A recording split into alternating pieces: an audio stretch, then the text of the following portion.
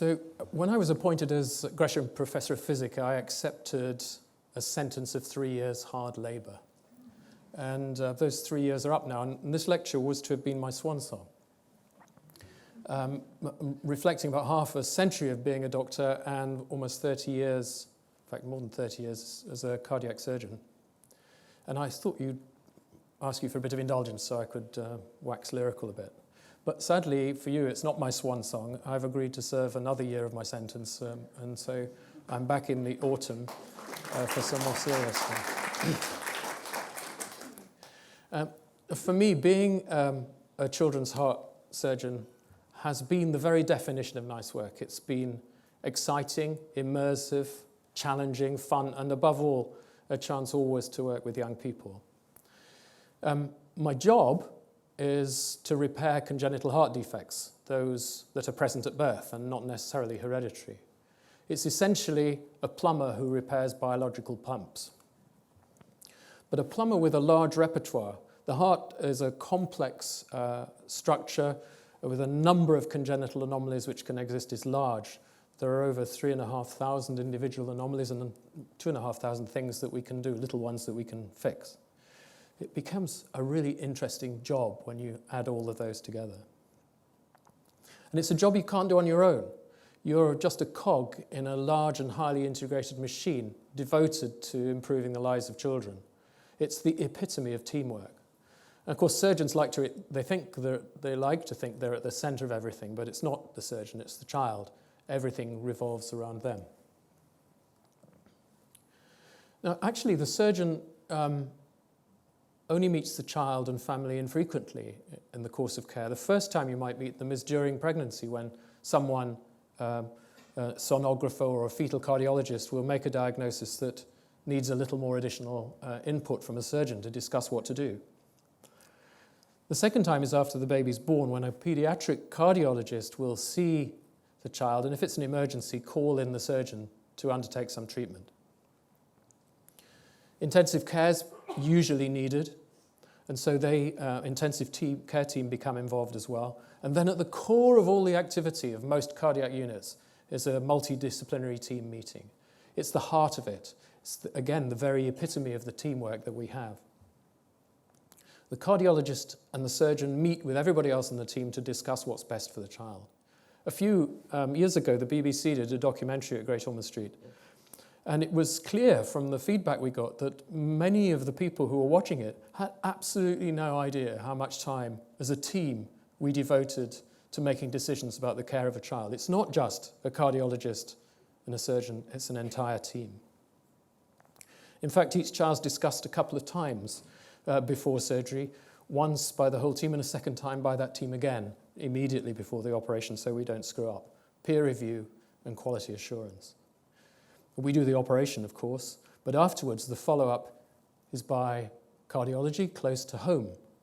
And we might meet again if the cardiologist changes the treatment and feel that we need to have some sort of multidisciplinary team meeting to change the plan. So an intermittent but wonderful access throughout our care. Now, it's nice work for sure, but it's not just nice work because I'm working with great people in one building. It's because I work in the NHS. I've worked all my life in the much bigger team of the NHS, and in my view, it remains one of society's greatest developments. Children have no control over their health, especially those things they're born with. And young families are often at a stage in their life when resources are stretched or limited. I'm really proud to have worked in a system where the care has been delivered free at the point of delivery. It's been a wonderful thing. I've been surrounded by dedicated people giving up their lives for the NHS and for all of these children. And they're doing it for the love of those children and not for money. So let me tell you a little bit of how I got there. After I did my A-levels at grammar school in Sheffield, I went to medical school in Newcastle. I was just 17, having missed out a year at school. I was too young to drink in a pub. Except I soon had to break the law because rather naively I bought every book on the reading list and had nothing left. And so I had to go and play darts in the Leeser's Tavern for money at lunchtimes to survive the first term. I did survive the first term, and I did make enough money to do that, but I still can't subtract from 501. I was too young to go in a pub, but I wasn't too young to dissect human cadavers, which I found myself doing within 2 weeks of starting university at 17.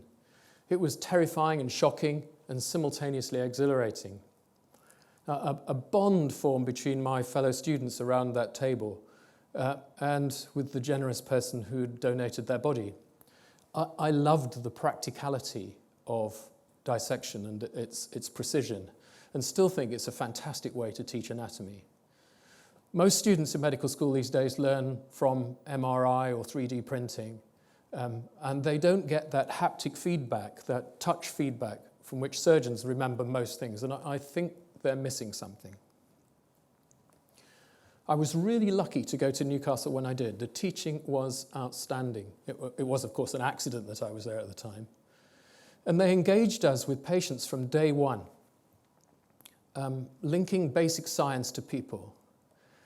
When I was doing that dissection, we were firstly cutting up somewhere called the posterior triangle of neck, which is on the back of your shoulder, and not much happens there. And we couldn't really understand why we were learning it, until we were taken across the road to the casualty department, where someone had a knife sticking out of that part of their anatomy. And suddenly, you realize why you're doing it. I think I could still dissect that area, and I can certainly still see the face of the man whose neck it was. We were linking together a person with the science, personalizing the care and humanizing the science. And what better way to learn your subject?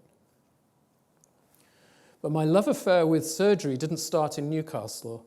In the summer of my third year, in 1971, I went to America and got my BTA, my Been to America. And I went to Chattanooga in Tennessee as something called an extern, which is like a foreign intern. And a good friend had been there previously and said he'd had a good time, so why not? And I went to do obstetrics and gynecology. Very rapidly, it was made clear to me that that wasn't my natural subject, and I shouldn't be doing it.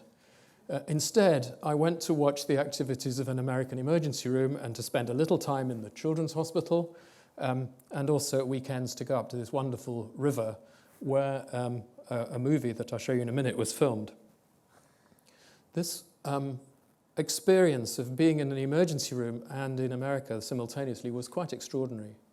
It wasn't as full on as ER in Cook County in Chicago, but I saw things I really hadn't witnessed in England. I'd seen poverty in Newcastle, but not extreme poverty. I hadn't seen terrible diet with starvation, and I hadn't seen racism. So, and as well as that, I was exposed to in fantastic music, both gospel and country, as you can see from this film, which with the music has gone off, I'm afraid. The lyrics come back. Which was from a film called Deliverance, which was filmed on that river and released just after I got back to England. It was great to watch all this stuff. The emergency room was staffed by people from all over the world, but it was overseen by medics, most of whom had spent their formative years in MASH units in Vietnam. A little local trauma in Chattanooga was nothing to them. They were confident, able, and incredibly willing to teach. Most importantly, they engaged we externs in the work of the department and taught us core basic skills of the battlefield, stopping bleeding, maintaining airways, and putting up drips. And they taught me to tie knots.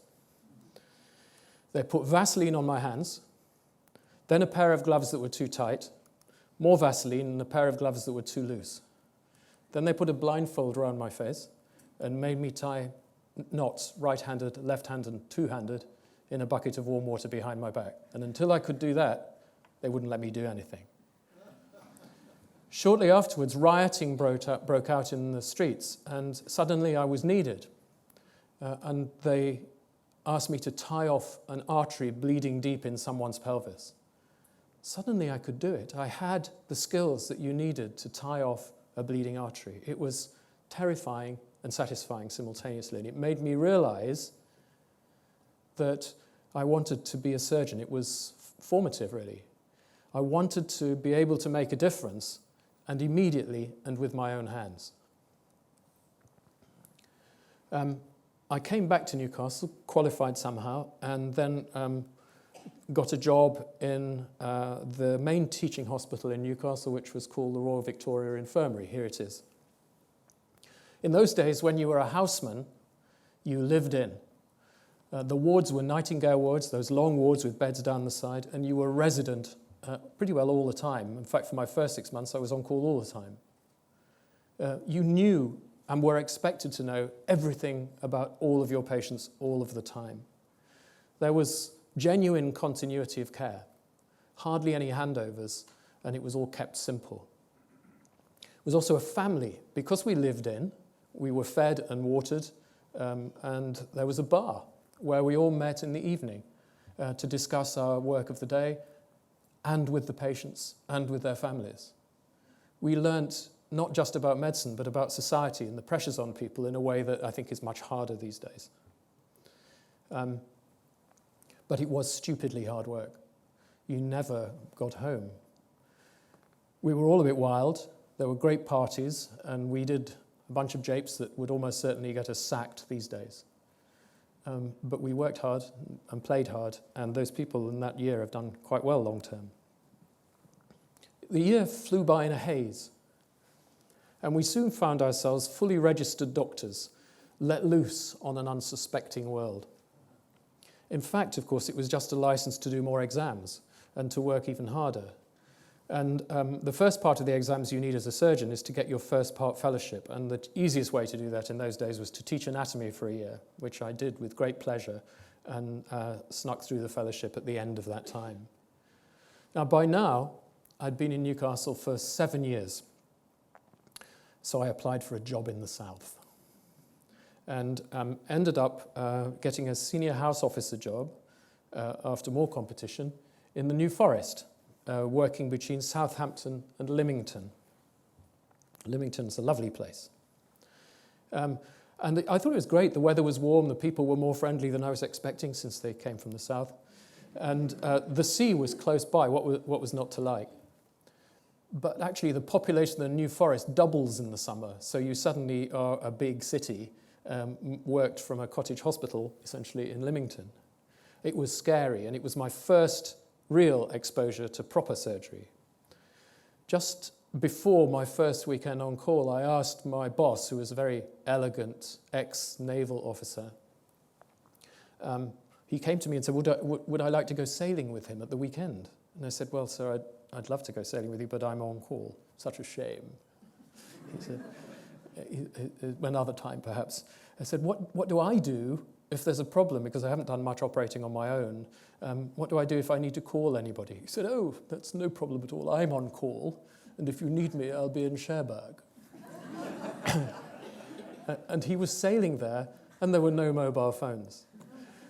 This is my first weekend on call, and I did have to operate. And I operated with a brilliant theatre nurse and a book propped up on a music stand.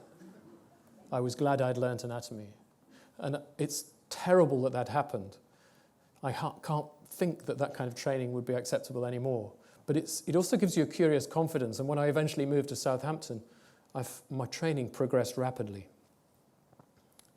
At the end of that time, you have to compete again to get another job. This time, a rotation job in general surgery and other specialties before you can start to move into something you really like to do. It was a kind of taster called a rotation where you could do lots of specialties. And I did general surgery, A&E, cardiothoracics, plastics. And the job that came up first was in Newcastle. They advertised first because it's very cold up there. And I found myself back in the northeast. I loved the tasters, actually. You get a really good feeling for what excites you. And I thought I'd end up doing plastics. I did almost end up doing plastics. But just after I got my fellowship and before really making my final career decision, I was phoned up by the cardiac surgeons job I'd just finished. And they said, well, would you like to go to San Francisco for a year?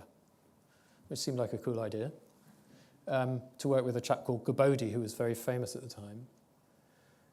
But you'll have to come back and work with us so that when you go to the States, you don't let the side down. I went back to work with them and never left. In those days, cardiac surgery was very different. 25 years old only, the specialty.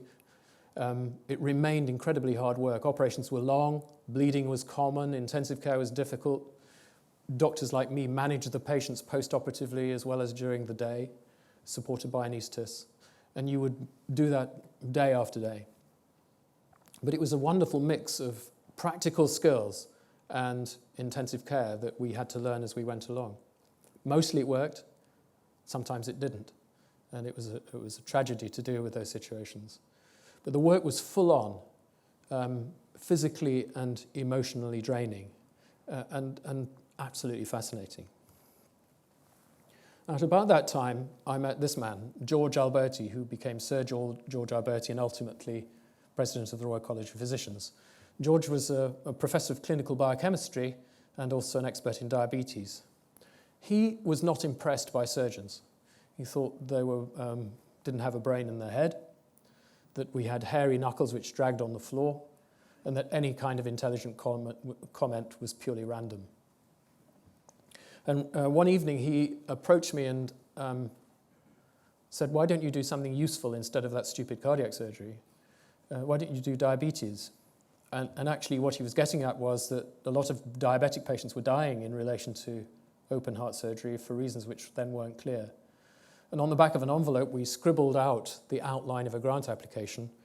And with Mike Holden, who was my mentor, surgical mentor in Newcastle, we tidied this up and wrote a grant application to the British Heart Foundation, and much to everybody's surprise, got the grant. This left them with a bit of dilemma because I didn't have a job. My short-term job as the registrar was coming to an end. And so they very kindly made an academic senior registrar post for me called a first assistant, which was really nice. It shortcutted the way to getting a doctorate. And it allowed me to do my clinical work and research work simultaneously. That's as mad an idea as it is exciting. The workload was ridiculous. So I was operating all day, looking after patients clinically one night, and then operating the next day, and then doing my research the next night in the hospital, using this device, which was an artificial pancreas of the era, which was a pig of a machine that required terrible calibration, blood samples every few hours, and each one of those needed careful handling. In those days, you couldn't draw graphs on a computer. We had to use Letraset. You'd use a calculator to add things up. And to make slides, you had to photograph pieces of paper and then colour them with ink. It's not that long ago. It's really hard to imagine how manual this all was. Somehow, we did get the doctorate, and it worked. We did find ways of improving the metabolic response to surgery, and we did find ways of controlling diabetes during surgery, which are still in use. And I was doing adult cardiac surgery mainly then. And the most common operation being done in adult cardiac surgery was coronary artery bypass grafting. Here, stitching a vein onto a coronary artery. And I was busy doing this operation sometime and found myself looking at the clock. Because the currency between surgeons at the time was, how long does it take him or her to do a distal end, the far end of this graph? That's how we measured our status between ourselves. And suddenly I thought, this is not for me. There's something really wrong here. I had no idea who I was operating on. I'd forgotten the patient. I was only interested in the time it was taking. And it was a very, very important moment. That wasn't why I joined medicine. I wanted to do something where I could care. I was lucky again to be working with Mike, who had a mixed adult and pediatric practice, and he introduced me to the weird intricacies of congenital heart disease, where you have to mix form and abnormal form and function and abnormal function and try and put them together in 3 dimensions and with long-term physiology.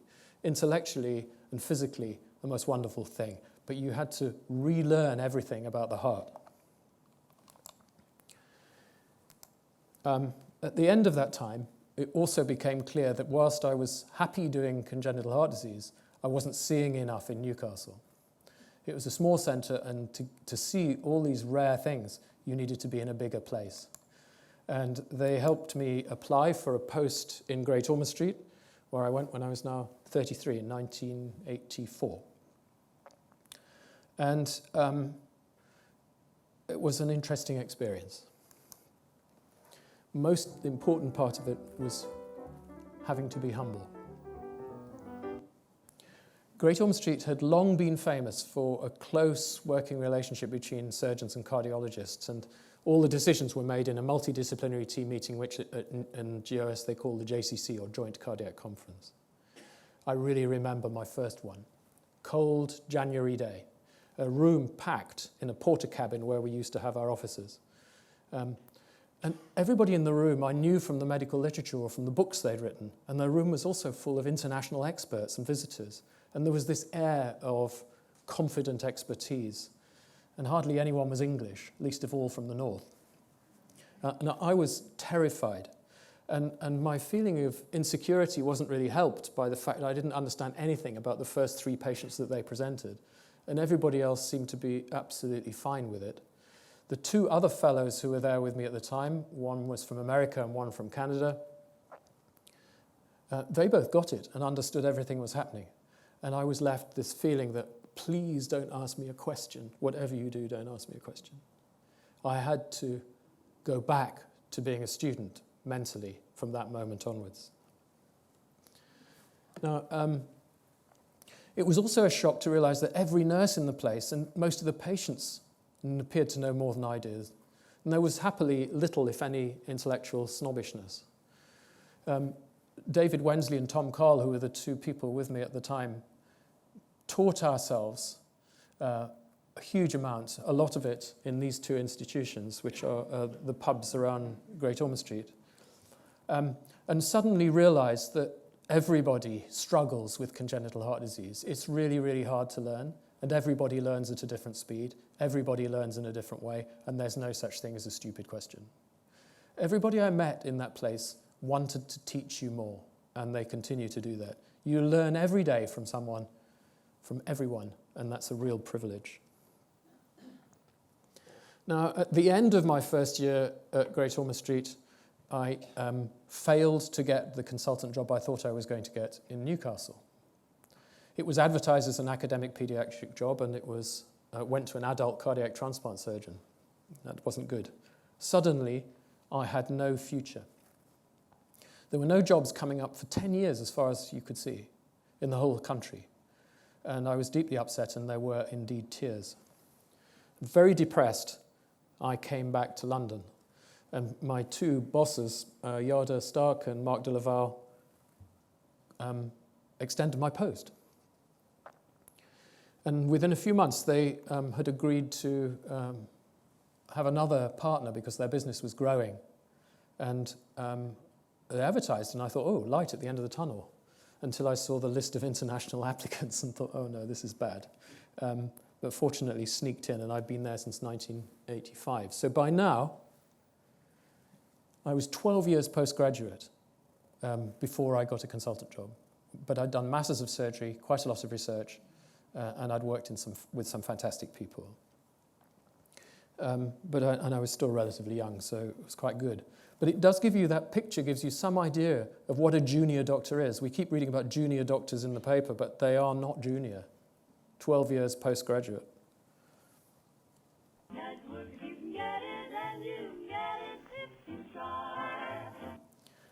This is not a job if you don't like children. And to be able to work with children is a great privilege, despite what actors say. Parents fight harder for their children than they do for themselves. They expect a lot more, and they expect more truth, in a way. And children themselves are, from a very, very young age, able to accept and interpret an enormous amount of information you give them, if you give them time. If you can prepare and present something to a child that they can understand, you can certainly get another surgeon to understand it, unless they're one of George's surgeons, and a finance director or an ethical committee. But these days, Children will often have watched the operation that you're going to do before you even see them. They'll have watched it on YouTube. I downloaded this from YouTube last night. It's a VSD closure. You can just do it yourself. Watch it and download it. Kids do this in the clinic in front of you while you're talking to the parents. We film a lot of the operations we do, record those as video files, and we were worried when parents asked us for these videos how they would use them, whether it was a good idea or not. It turned out that children actually quite like them. They show them to their friends to explain what's happened. They use them in show and tell sessions at school. As one of them put it, you move from being the school cripple to the school hero quite quickly. And sometimes with our help, we go and join them and talk to them about their operation. The parents, though, it's different. When they put their child into the operating room, the anaesthetic room, they actually don't know whether their child's coming back out the other end.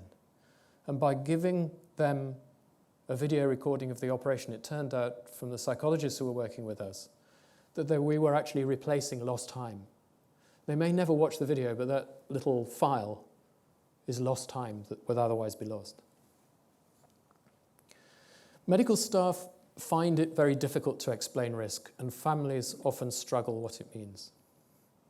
If you imagine that a risk of an operation is 5%, 5% chance of dying, everybody has a different perception of what that means. Let me try one way here. It's 20 dots, 20 children about to cross the road. A 5% chance means one of them's not going to get to the other side, but we don't know which one. The one gets squashed in the middle of the road and doesn't survive. You don't know what it means. It's even more marked if you're part of a cohort of people following on behind that, because what they see is not the 19 survivors, but the one who died. The risk becomes much more evident if you know more about it, but you still don't know which child it is. And if it's a 20% risk or a 25% risk, it becomes much more graphic in your mind when you have to explain these things. Of course, stressful though it is to try and talk those things through, there is nothing as rewarding as giving good news to a family after an operation's gone well. The relief on the faces when you tell them it's gone well is great. It's impossible to underestimate the positive effect on a surgeon of hugs and kisses and a handshake. It's wonderful. Highly motivating and necessary to balance the bad times. But for these people, dealing with that risk feels like 50-50. Because they don't know for their individual child whether they're going to get to the other side of the road, no matter how positive and confident you are. So that's why that good news coming at the end can seem a disproportionate relief. Now, the other thing that happens in a place like GOS is that you frequently find yourself fighting for individual patients. There are times when, for some reason, you feel that the fate of that child really does rest in your hands. Times when you know that your commitment and energy will be required to motivate others when they're tired and beginning to flag. Times when ideas are short and solutions seem remote. Times when you feel you must attempt something that hasn't been done before, maybe unusual, untried, or even heroic. I've done this several times in the course of my career, never on my own, of course. You're always doing it with others. But what makes it different in a place like GOS is that the whole place is devoted to the child. It's core to what you're doing. You're not trying to harm anybody. You're always trying to make it better. And it's a difficult concept. The situation that happens when it doesn't work out is very stressful. Very little can prepare you as a doctor for sharing bad news with people, whether it's been a death or a poor outcome. Each time is unique and uniquely stressful. And as the surgeon, the person holding the knife, you always feel accountable, even if the cause of the bad outcome is nothing to do with you.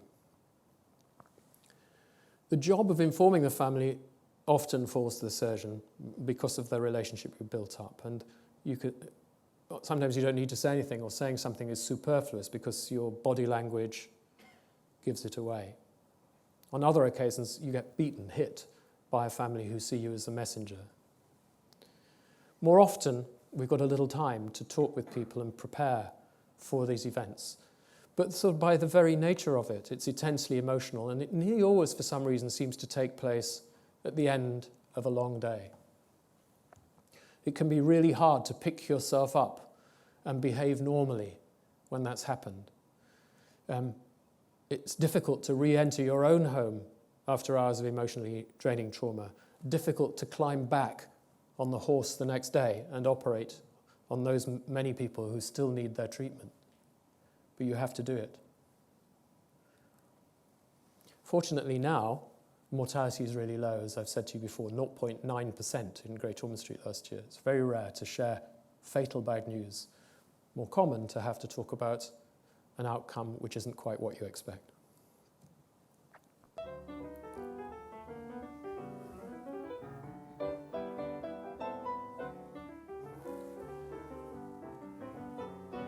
Let's allow me to have a little drink.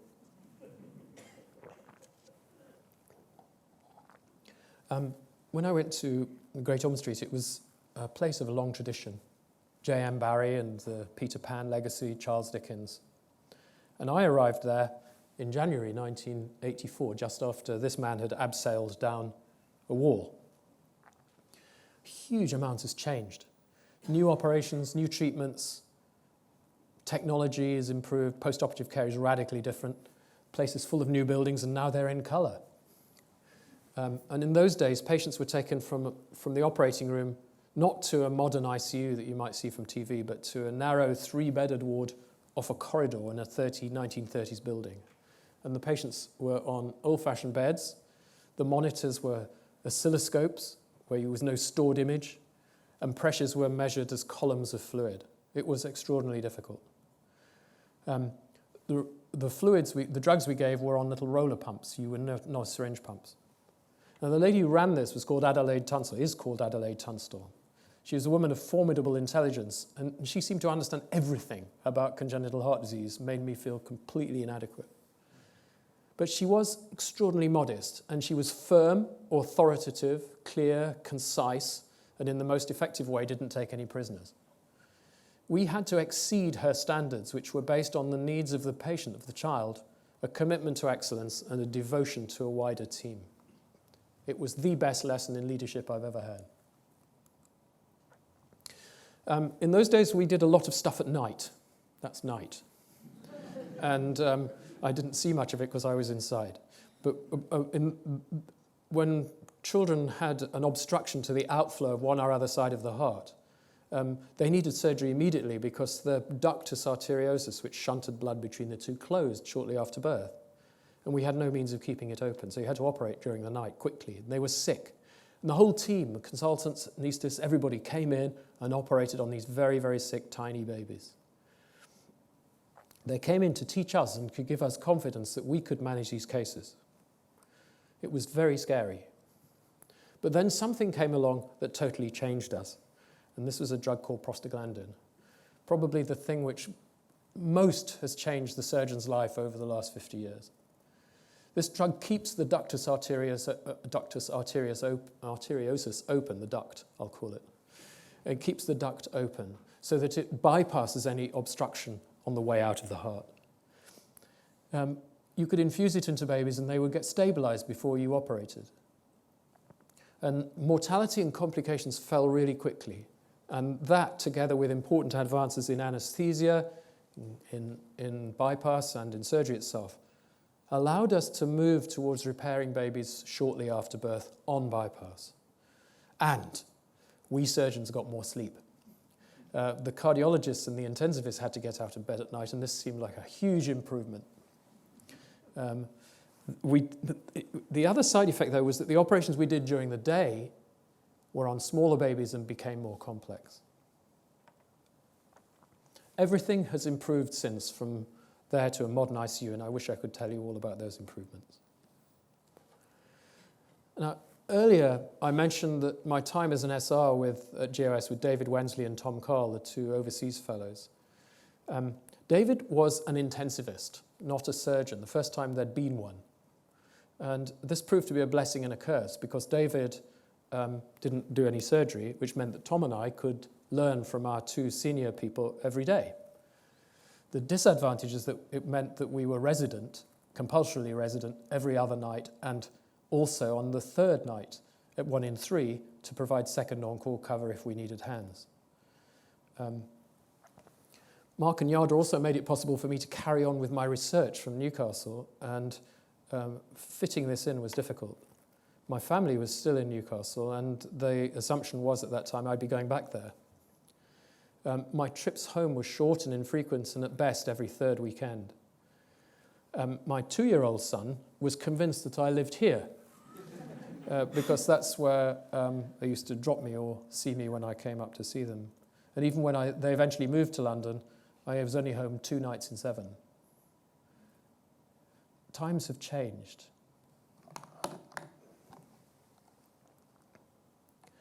The working life of all cardiac surgeons, the whole team was different in those days. It was intense and a bit worth describing. Daily work began early. Remember, we were quite senior, 11 years postgraduate now, compulsorily resident, and of the three of us, at least one of us would have been up all night. The 2 consultants were both incredibly early birds and absolutely obsessional about their patients. One of them went swimming every morning at 5 o'clock in this pool. And then came to GOS afterwards to check on his patients. He knew all about his patients before we did. And he would then join us on a ward round at 7:30. The whole team would be in at 7:30 to discuss the patients from the night before. Cardiologists, surgeons, everyone. We, as the senior registrars, were being tested on our knowledge of those patients. Everything had to be right. It was an enormous lesson in discipline. The people on the ward round were all world authorities as well, informed, intelligent, searching, and it was a hugely educational experience. These were people at the top of their game, and for a young guy exposed in this way, there was nowhere to hide. You had to learn quickly, even though you were in deep exhaustion some days. And then we operated all day and often in the evening. So this was a repeating cycle. Surgery wasn't so sophisticated, and we did work hard.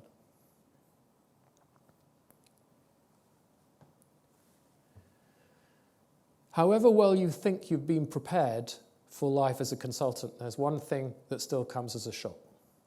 And it was the same shock that greeted Harry Truman. The buck stops here. You suddenly realize that it really did, that you were there to solve problems that everybody else was struggling with. And you were conscious that at an MDT meeting, you were being watched to see how good your decisions were and how you stood up to the strain. I vividly remember not long after I was appointed, I just finished pontificating about my cunning plan for a patient when I heard a strong New Zealand voice from the back of the room pipe up saying, "Oh, I've never heard such a load of bloody rubbish in all my life." And that was this guy, Sir Brian Barrett-Boys, who was a doyen of cardiac surgery and actually written the book. It took me months to get my street cred back, as you can imagine. And again, teaches you the right moment to say what you think, the right moment to be reticent and to be confident about what you need to know. Now, a few years ago, I gave a lecture called Learning the Violin in Public in Basel. And it was about how, as a surgeon, you're not just being expected to make decisions, but you're expected to operate, and you're expected to operate in public, in the operating room. You're watched by everyone with equal intensity. Every piece of fingering, every false note is seen and remembered. Now, I was working with really good surgeons, and as the new boy, I was very keen not to let the side down. And the other thing, perhaps, those of you who don't know anything about cardiac surgery may not know, is that you're operating against a clock. You're operating against a time limit, because you can't stop the heart forever and ever. You have to stop it for a period of time and fix it as fast as you can, within an hour, hour and a quarter. So you not only need to be dexterous, but you also need to have good decision-making, excellent communication with the team, and precise technical performance. Of course, sitting across behind the towel is the anaesthetist who's seen it all before and worked with the best. usually people with great sense of cynicism. And you could tell how well you were doing by the air of confidence or otherwise that they exuded. And the sudden presence of one of your seniors in that space behind you would tell you that the anaesthetist had become a little worried about how you were getting on. And I used to think that might make me feel a bit paranoid, but actually I think it reflects a really, really good team, that everybody is caring about that patient and they're bringing the right help at the right time to make sure the child does well. Now, the quietest time of a surgical consultant's life is immediately after appointment. You've got no personal caseload and you don't have a reputation. And this hiatus in my life allowed my seniors to send me off to America. And I went to Boston, Philadelphia, Duke University, Birmingham, Alabama, and Loma Linda to learn some stuff, to work with the greats. And they treated me not as a student, but as an equal, because I was now a consultant at Great Ormond Street. It was fantastic. I saw the same operations that we were doing done in several different ways, and some new ones. I learned there are many ways to skin a cat. But it was another 3 months away from home. No mobile phones, no Skype, no internet in those days, and my children were 3 and 1. I had to deliver lectures in each place I went to at horrible times in the morning. Americans work stupid hours. And I was subjected to terrible questioning on Saturday mornings at 6, which were very stressful. I saw the good and the bad sides of American medicine. Again, the extraordinary poverty and the huge wealth and investment. The offices of some of the chairmen of these units were bigger than our entire department.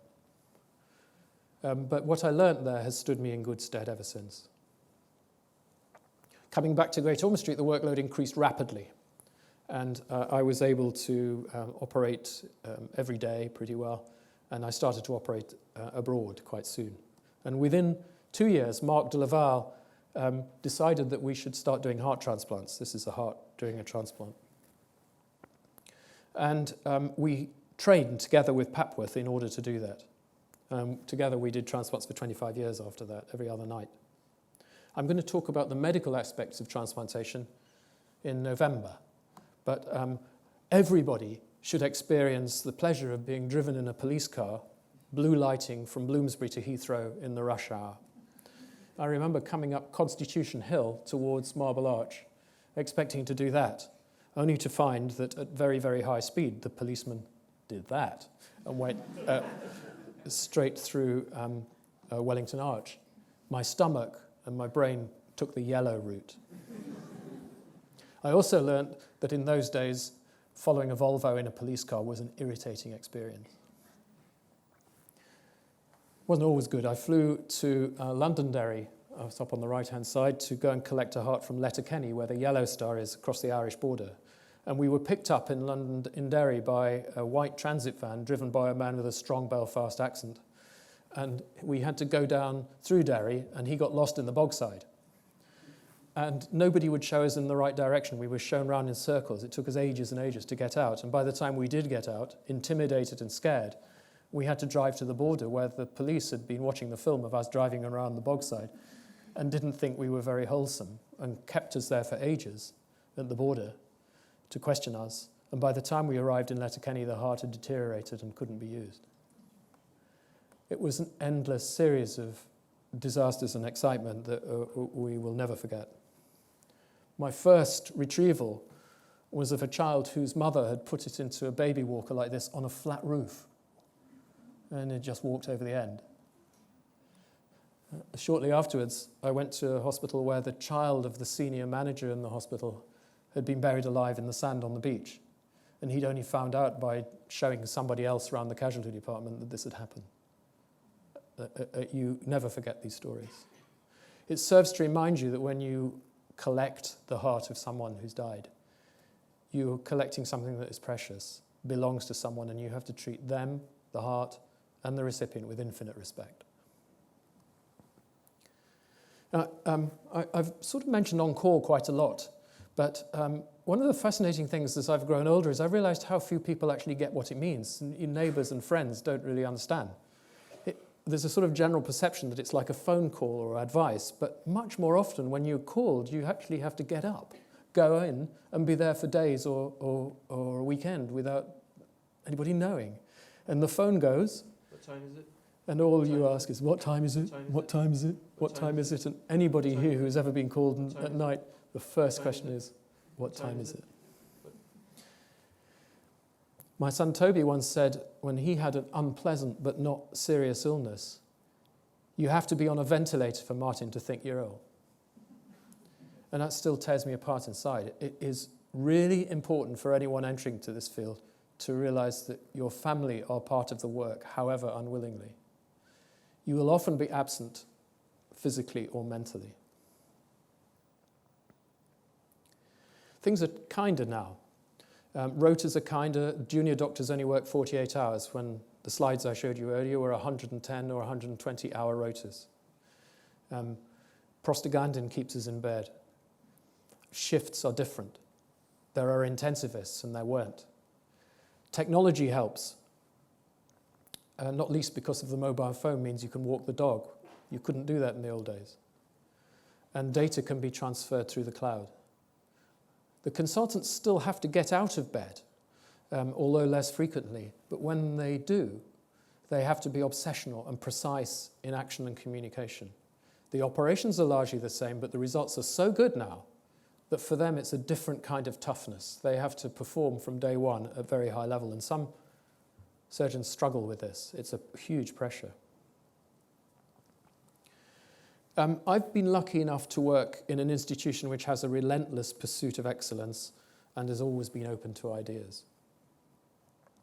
It's joined at the hip to another academic institution, but the patients who come here often say the same thing. It was a relief finally to arrive in a place where people were carrying out research and doing new things. The child first and always. We're joined at the hip with the Institute of Child Health at UCL, a living bond between research and clinical practice. Hospitals where research is routine are safer and more effective. People are gathering information and delivering improvements. It was an interesting discovery to see that Great Ormond Street and the Institute competed internationally with hospitals like Boston Children's or Melbourne or Toronto. So you suddenly felt you were playing in a team in the Champions League. And that internal competition was very good for delivering good outcomes. Research challenges conventional thinking. It improves record keeping and accrues evidence. Follow-up is more detailed, and almost always the outcomes in that institution are more visible. Research should be done. The other thing which has been great is that it's an incredibly small discipline. Everyone in the business knows everyone else internationally. For years, I was the only English surgeon at Great Ormond Street. Our fellows came from everywhere around the world.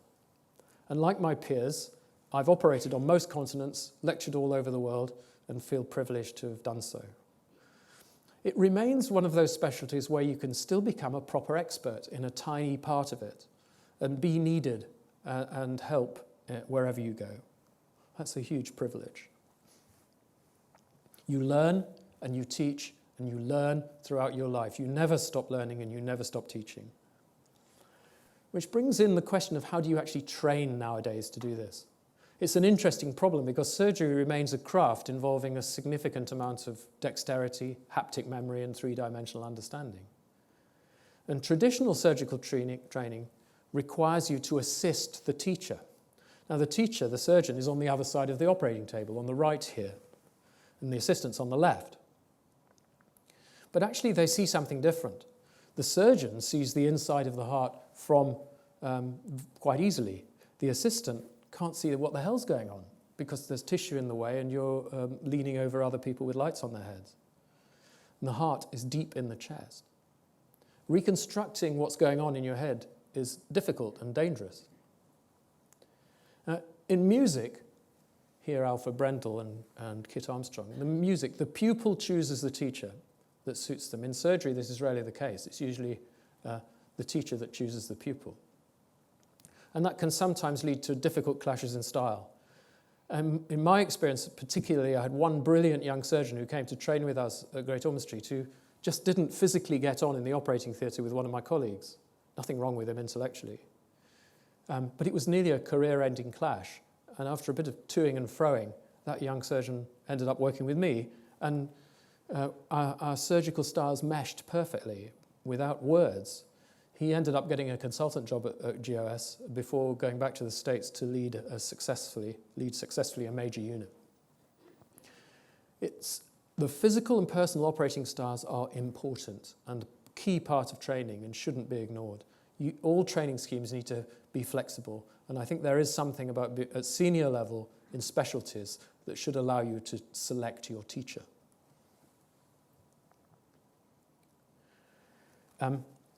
There's a harmony between the assistant and the surgeon when it goes well, which is lovely. But there's another piece of harmony that is equally important, several pieces actually.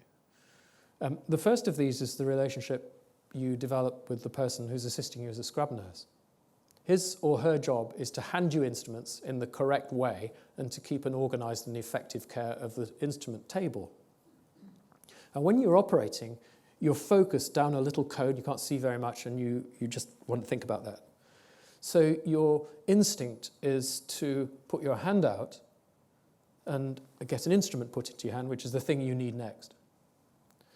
Now, a great scrub nurse, and I've worked with some really amazing ones, is looking over your shoulders, seen enough of those operations, and knows what would help you. We'll have a selection of 3 or 4 things and choose the right one.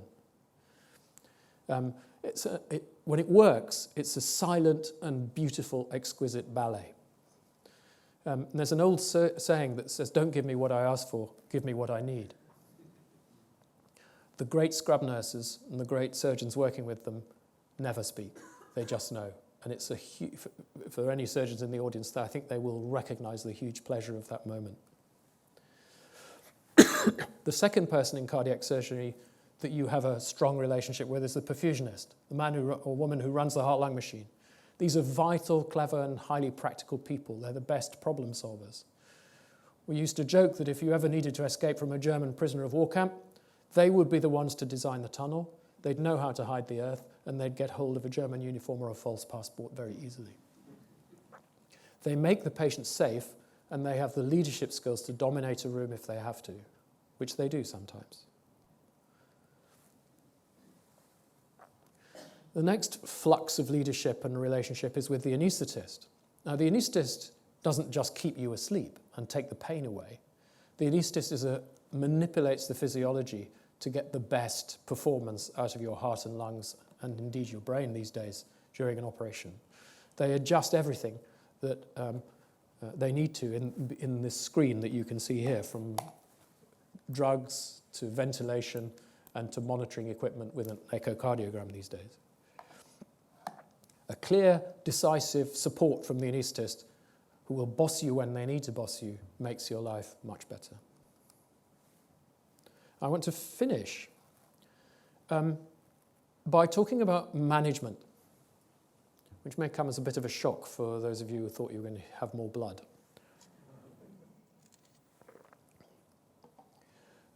Cardiac surgeons acquire certain skills as they go through the work.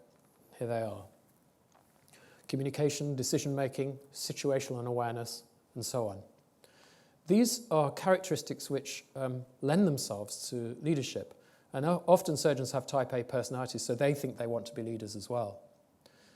The only way to make change in a department or in a hospital is to get involved. You have to understand the system and use it. You can't get a new piece of kit, you can't get new staff, you can't change anything unless you've got a good evidence base and you can manage that process.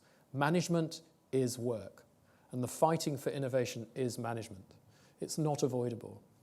Now, those skills actually aren't anything to do with surgeons. They're what you need to fly a military aircraft. But they work just as well for surgeons, and repeatedly they're the assessments that come up for successful leaders in surgery. There is a feeling abroad that the NHS is overmanaged and over-scrutinised. This is the top half of the NHS since Lansley. It's almost incomprehensibly complex. Byzantine since the purchaser-provider split and the Lansley reforms of the first Cameron government. But actually, there aren't many managers in the health service, despite what the Daily Mail will tell you. Out of 1.3 million whole-time equivalents, it hasn't changed much actually since 2013. Only 3% are managers, and 9% of people are involved in local administration of a hospital. 10% doctors and nurses, 30% of the workforce. It's not a very big thing. If you're running a company, that's quite a small proportion of the business being involved in management.